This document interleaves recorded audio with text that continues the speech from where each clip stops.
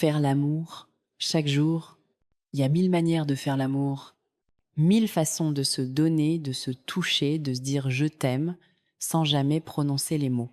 Et pourtant, nous réduisons trop souvent cet acte à un simple échange de corps, comme si l'amour n'était qu'un feu qui s'allume dans l'ombre, puis s'éteint avec le jour. Mais l'amour vrai ne commence pas au creux d'un lit, il commence bien avant.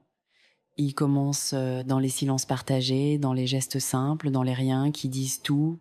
Faire l'amour, c'est d'abord le regard du matin. Celui que l'on pose sur l'autre avant même que le monde ne s'éveille, quand les paupières se soulèvent à peine et que le sourire naît, encore timide, encore nu. C'est la main qui effleure le bras en passant, le baiser volé sur une tempe, le bonjour murmuré comme une prière. C'est apporter un café au lit, non pas par devoir, mais par envie, parce qu'on a pensé à lui avant même de penser à soi.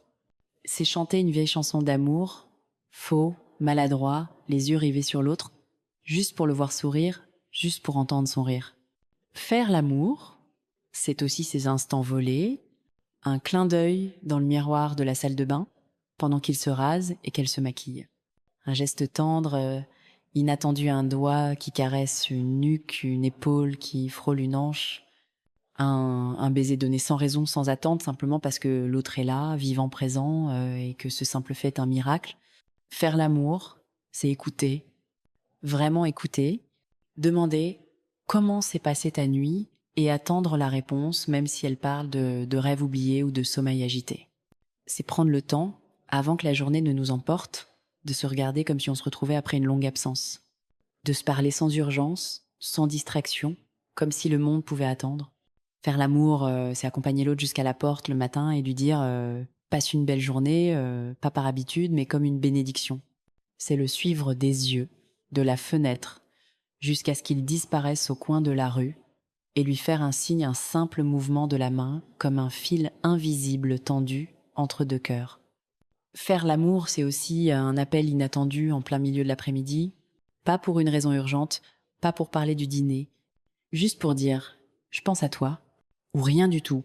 Juste entendre sa voix, comme on écoute un souffle familier, une mélodie intime. Faire l'amour, c'est surprendre. Offrir une fleur sans occasion, écrire un mot doux sur un miroir, laisser une lettre dans la poche de son manteau. C'est donner sans compter, aimer sans exiger. Parce que l'amour, lorsqu'il est pur, ne cherche pas à recevoir, il cherche à exister. Faire l'amour, c'est aussi savoir s'effacer, laisser l'autre, respirer, grandir, vivre pour lui-même. C'est aimer sans étouffer, sans dépendre.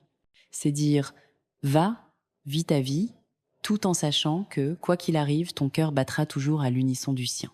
C'est comprendre que l'amour ne se mesure pas en kilomètres mais en battements d'âme, qui peut traverser les distances, les silences, les absences, parce qu'il est fait de ce qui ne se voit pas mais se ressent.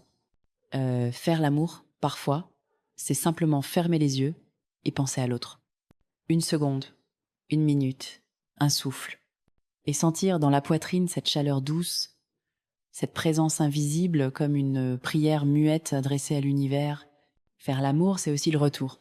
Le soir, le regard qui se cherche dans l'entrée, l'étreinte qui dit « tu m'as manqué », les questions simples. Et toi, ta journée, raconte-moi, pas pour politesse, mais pour se reconnecter, se retrouver, se reconnaître. Car faire l'amour, ce n'est pas seulement un acte, c'est un état, une manière d'être ensemble, même dans le silence. Une présence constante, faite de regards, de gestes, de patience, de tendresse. C'est une alchimie lente, quotidienne, infinie. Faire l'amour, c'est pas d'abord de corps à corps. C'est d'âme à âme. Et quand les corps s'unissent enfin, ce n'est que l'écho, le reflet, la consécration de tout ce qui s'est dit sans mots depuis le matin.